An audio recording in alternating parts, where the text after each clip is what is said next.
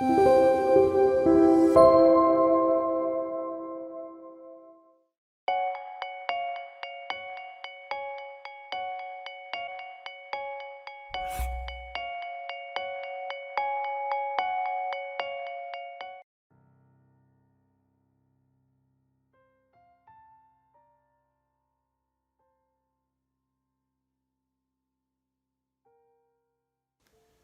길 교회 김영배 목사입니다.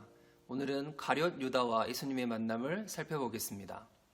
예수님은 가룟 유다에 대해서 차라리 태어나지 않았으면 좋을 뻔했던 사람이라고 표현하셨습니다. 정말 인류 역사상 가룟 유다처럼 불행한 인생을 살고 또 인생을 불행하게 마친 사람도 없을 것입니다.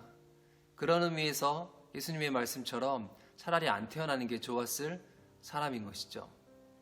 하지만 우리가 여기서요, 오해해서는 안 되는 사실이 한 가지 있습니다. 그것은 뭔가 하면 유다의 삶이 처음부터 이렇게 운명 지어졌던 것은 아니라는 사실이에요. 유다는 사실 얼마든지 다른 삶을 살 수 있었습니다. 유다가 그런 인생을 살고 또 그렇게 불행하게 인생을 마치게 된 것은 전적으로 계속된 거듭된 자기 선택의 결과였습니다. 유다의 잘못된 선택 중에 가장 근본적인 것은요, 유다가 예수님보다 돈을 사랑하기로 한 바로 그 선택입니다. 유다가 처음부터 돈을 좋아했는지 아니면 제자 그룹에서 돈꾀를 맞는 일을 하다가 유혹을 받아서 나중에 그렇게 됐는지 알 수는 없지만 어쨌든 유다는 언제부턴가 사실상 예수님보다는 돈을 사랑하는 사람이었습니다. 다시 말해서 예수님을 사랑해서 예수님을 따라다닌 것이 아니라 예수님이 돈이 되기 때문에 예수님을 따라다닌 사람이었습니다.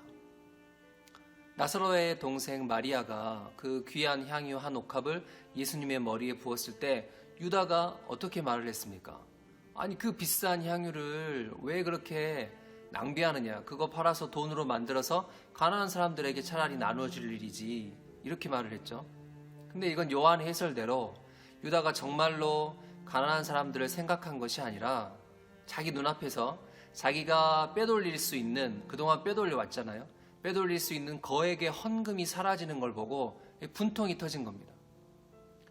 유다는 화가 나서 견딜 수가 없었고 그날 이후로 결심을 하고 대제사장들을 찾아가죠. 대제사장들을 찾아가서 유다가 하는 말을 또 들어보십시오. 유다가 이렇게 말했습니다. 내가 예수를 너희에게 넘겨줄 텐데 너희가 나에게 그 대가로 얼마나 주려느냐? 네, 그러니까 유다에게 있어서 예수님은요, 언제든지 자기 자신의 필요에 의해서 다른 사람에게 넘겨줄 수도 있는, 양도할 수도 있는 그런 존재였던 것입니다. 겉으로는 주님 주님 하면서 예수님을 따라다녔지만 사실상 예수님을 자기 소유물처럼 생각했던 거예요. 돈이 되면 가지고 있고 돈이 안 되면 언제든지 다른 사람에게 넘겨줄 수 있는, 팔아버릴 수 있는 그런 소유물처럼 생각했던 거죠. 이처럼 유다는 일관되게 돈을 사랑하는 사람이었고 예수님에 대해서 잘못된 생각과 잘못된 마음을 갖고 있었습니다. 그렇기 때문에 사탄이 그에게 들어간 거죠.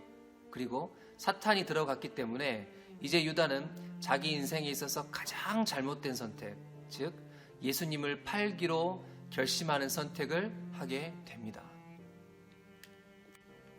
하지만 그럼에도 불구하고 유다에게는 아직도 기회가 있었습니다. 아직도 마지막 기회가 있었어요. 그 마지막 기회는 바로 최후의 만찬 자리에서 주어졌죠. 예수님께서 겸손하게 제자들의 발을 씻기실 때, 유다의 발을 씻기실 때 유다가 자기 발을 씻기시는 예수님의 머리를 내려다보면서 그때 마음을 고쳐 먹을 수도 있었습니다. 근데 이렇게 겸손한 스승의 사랑과 섬김도 유다의 마음을 돌려놓지 못했죠. 나중에 그런 유다를 보고 예수님께서 정말 마음이 사뭇 괴로우셔서 이렇게 말씀하십니다. 내가 분명히 말하는데 너희 중에 하나가 나를 팔 것이다.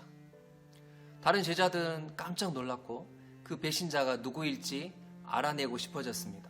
그래서 수제자였던 베드로가 사도 요한을, 예수님 곁에 누워 있었던 사도 요한을 시켜서 배신자가 누구인지 알려달라고 말을 했죠.